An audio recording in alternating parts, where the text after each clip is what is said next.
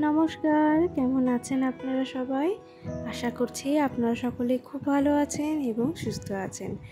একটা রবিবারের সকালে আপনাদের জানাই অনেক অনেক স্বাগত। দিনটা আপনাদের খুব ভালো কাটুক। সকালবেলায় ঘুম থেকে উঠে পড়েছি, এখন বাজে ওই ভোর 5টা মতন, আর ব্রাশ হাতে চলে এসেছি বাইরে প্রকৃতিটাকে অনুভব করতে। গতকাল রাত্রে বেশ বৃষ্টি হয়েছে, তার জন্য দেখুন গাছের পাতায় ফুলে এখনও তার ছাপ রয়ে গেছে। তো এদিকে বাসনপত্রগুলো এনে ভিজিয়ে রেখে দিয়ে গেলাম, আর এরপর ওদিকে গিয়ে বাসি কাজকর্মগুলো সেরে নেব। ততক্ষণ বাসনগুলো ভিজে গেলে আমার বাসনগুলো উঠেও যাবে তাড়াতাড়ি। তা দেখুন এদিকে বাসন ধুতে বসে পড়েছি, আর আজকে যেহেতু রবিবার তো সেইভাবে তাড়া কিছু নেই, কিন্তু কি বলুন তো, সকাল সকাল কাজগুলো সেরে ফেলতে পারলে মোটামুটি বেলার গরমটাতে আর কষ্ট হবে না। এই সারাদিনে যা গরম পড়ছে, কিন্তু সন্ধ্যের পর থেকে এত সুন্দর হাওয়া দিচ্ছে, বাইরের থেকে উঠে ঘরে আর আসতে ইচ্ছা হচ্ছে না। তো প্রত্যেক দিনই আমাকে ওই সকাল 8টার মধ্যে রান্নাটা শেষ করে ফেলতে হয়, তো আজকেও তার অন্যথা হবে না। মানে রবিবার হলেও সকালে ভাত খাওয়ার জন্য কিছু না কিছু তো করতেই হবে। তো এরপর কলতলাটা ভালো করে ধুয়ে নিলাম, কারণ এঁটো কাটা পড়ে থাকে। এরপর কলতলাতে ঠাকুরের বাসন বা আমাদের নিজেদের জলের বোতল সবই তো ভরা হবে, তার জন্য এগুলো সব পরিষ্কার করে নিলাম। এরপরে গিয়ে জামাটা কেচে নেব। এখন বাজে ওই 5:30 মতন, মোটামুটি আমার কাজ প্রায় শেষের দিকে, মানে বাসি কাজকর্ম।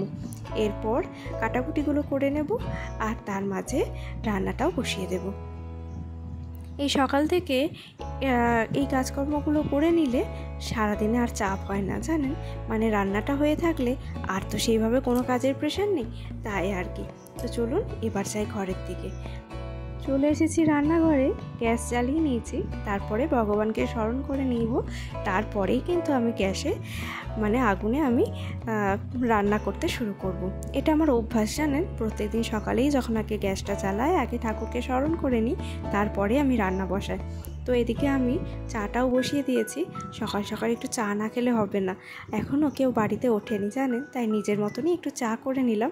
চাটা খেলে একটু এনার্জি পাবো, তারপরে সমস্ত কাজকর্ম আবার শুরু করে দেব। তার মাঝে প্রেশার কুকারে মুসুরির ডালটা সেদ্ধ বসিয়ে দিয়েছিলাম। সময় হতো হয়তো মানে কড়াইয়ে সেদ্ধ করা, কিন্তু দেখলাম না, প্রেশারেই দিয়ে দিই। লেদ লাগছে প্রচণ্ড, বুঝলেন। রবিবার তো সকাল সকাল এনার্জি পাচ্ছি না। যাই হোক, সকালের জন্য আজকে করবো এই মুসুরির ডাল, পটল ভাজা আর পাট শাক ভাজা করব। তো এগুলো দিয়েই মোটামুটি সকালের খাবারটা হয়ে যাবে। আর মুড়ি খাওয়ার জন্য ভাবছি 2টো পেঁয়াজি ভেজে নেব। তো ডালের সাথেও ভাতের সাথেও খাওয়া যাবে, আর তার সাথে সাথে আমার মুড়িও খাওয়া হয়ে যাবে। তো এদিকে পটলটাতে ভালো করে নুন হলুদটা মাখিয়ে রেখে দিলাম। এই পটলের যতটুকু সামান্য জল আছে সেটা বেরিয়ে যাবে। আর হ্যাঁ, একটু চিনিও দিয়েছিলাম, এতে না পটলটা খেতে বেশ ভালো লাগে। একটু মাখিয়ে রেখে দিয়েছি। এরপর আমি কড়াইটা গরম বসিয়ে দিয়েছি। তো কড়াইটা গরম হতে হতে এদিকে আমি কেটে নিচ্ছি ডালটাকে ফোড়নে দেওয়ার জন্য কিছুটা পেঁয়াজটা এখন আর কাটবো না, ওটা পরে কাটবো। টুকটুক করে একে একে এদিকগুলো করে ফেলি। সকালের ভাতের জোগাড়টা তো হয়ে যাবে, মোটামুটি ভাজা ভুজি ডাল দিয়ে সকালটা হয়ে যাবে। আর রবিবার তো দুপুরের দিকে একটু চিকেন করে নেব, তাহলেই মোটামুটি সবই হয়ে যাবে। আমার এই চপিং বোর্ডটা, মানে চপিং বোর্ড নয় আসলে, এটা ওই রুটি বেলার চাকতি। তো এটা মাঝখানটা ফুটো হয়ে গেছিলো, তার কারণে এটাকে আমি চপিং বোর্ডই বানিয়ে ফেলেছি। তো দেখুন এটাতে কিন্তু আমার খুব তাড়াতাড়ি কাটাকুটিগুলো হয়ে যায়। ওই পেঁয়াজ, লঙ্কা বা ধনিয়া পাতা এগুলো কাটার জন্য সবসময় বটিতে বসতে পারবো ইচ্ছা হয় না, সেই হাতের কাছে রেখে দিয়েছি যাতে আমি রান্না করতে করতে এইগুলো কিন্তু করে ফেলতে পারি। আমরা মেয়েরা কিছু ছোট ছোট টিপস নিজেদের মতন করে কিন্তু একদম তৈরি করে নিই, যাতে আমাদের খাটনিটা একটু কম হয়, সময়টা একটু বাঁচে।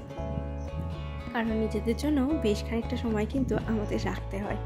এই কয়দিন যাবৎ শ্বশুরমশাই একদমই নুন দেওয়া তরকারি খেতে পাচ্ছেন না। মানে ওনার যেহেতু হাই প্রেশার, উনি নুনটা একটু অ্যাভয়েড করেই চলেন। আর এই কয়দিন ধরে তো একদমই খেতে পারছেন না, তার জন্য ওনার জন্য ডাল তরকারি যাই করছি সেটা আলাদা করে রেখে দিচ্ছি, পরে আবার সাথে একটু নুন দিয়ে ফুটিয়ে নিচ্ছি। তো এদিকে সকালের রান্নাবান্নাটা মোটামুটি হয়ে গেছে। পাট শাকটা এরপর নেওয়া হবে, তারপর পাট শাক কেটে ওটা ভেজে নেব। তো ভাবলাম সকালে বোতলগুলো আগে ভরে নিই। জলের বোতলগুলো ফাঁকা হয়েছিল, আর দেখলাম কারেন্টটার তো ভরসা নেই, কারণ আকাশে এই মেঘ এই রোদ্দুর। তো গিয়ে আগে জলের বোতলগুলো ভরে নিলাম। আজকে এদিকে ও তাড়াতাড়ি উঠে পড়েছে, তাড়াতাড়ি মানে এখন বাজে ওই 7:30 মতন। যেহেতু আজকে রবিবার চুলদাড়ি কাটতে যেতে হবে, তার জন্য সেলুনে গিয়ে লাইন দিতে হবে। তাই উঠে পড়েছে দেখে আমিও এদিকে বিছানাপত্রগুলো তাড়াতাড়ি আমার গোছানো হয়ে গেল। যদি অন্যদিন অফিস থাকলে বাবু তো 1:45 আগে ওঠেনি না, তারপরে যা হোক করে স্নান করে দুটো ভাত খেয়েই বেরিয়ে পড়েন। তো দেখুন এরপর বাবা মা সবাই উঠে পড়েছে, তো ওনাদের জন্য চাটা এবার করে দিলাম। এই যে প্রথমে লিকারটা করে নিয়েছি, তারপর আমুল দুধ দিয়ে চাটা বেশ ভালো করে ঘাটিয়ে নিলাম। ওনারা আবার এইভাবে খেতে পছন্দ করেন।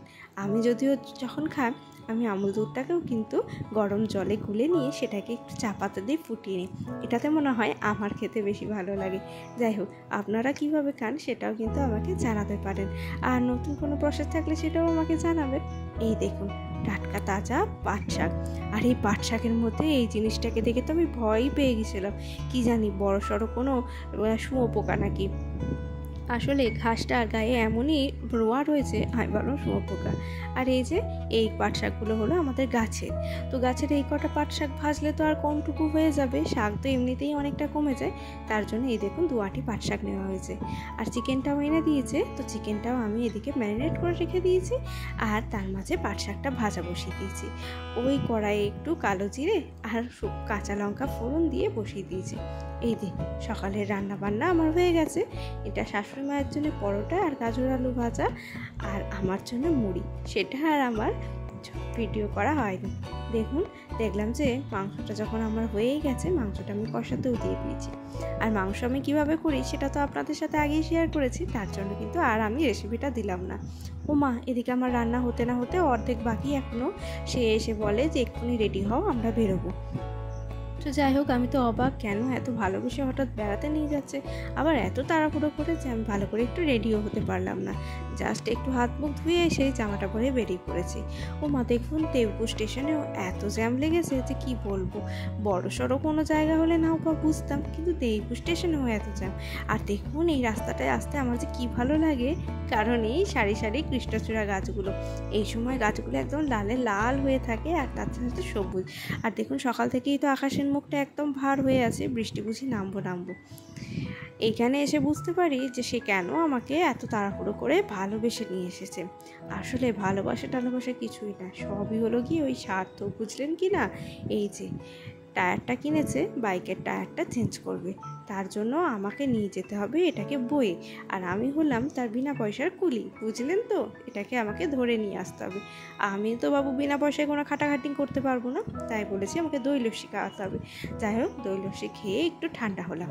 তারপরে এই দেখুন গ্যারেজে চলে এসেছি, আর গাড়ির চাকা তো খুলে টুলে একাকার করে ফেলেছে।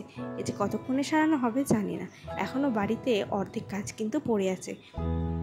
রান্না করার পর এখনও রান্নাঘর পরিষ্কার করা হয়নি, আর রান্নার বাসনপত্রও কিন্তু এখনও আমার ধোয়াধুয়ি শেষ হয়নি। কি বলি বলুন তো, নিয়ে আসলো, আমিও চলে এলাম। যাই হোক, বুঝিনি, এরপর দিন থেকে না দেখে শুনে আসবো, বুঝলেন। তো চলুন এবার বাড়ি ফেরা যাক। তো আজকের মতন ব্লগটা এখানেই শেষ করছি। সবাই ভালো থাকবেন, সুস্থ থাকবেন, আর আমার ব্লগটা কেমন লাগছে কমেন্ট করে জানাবেন।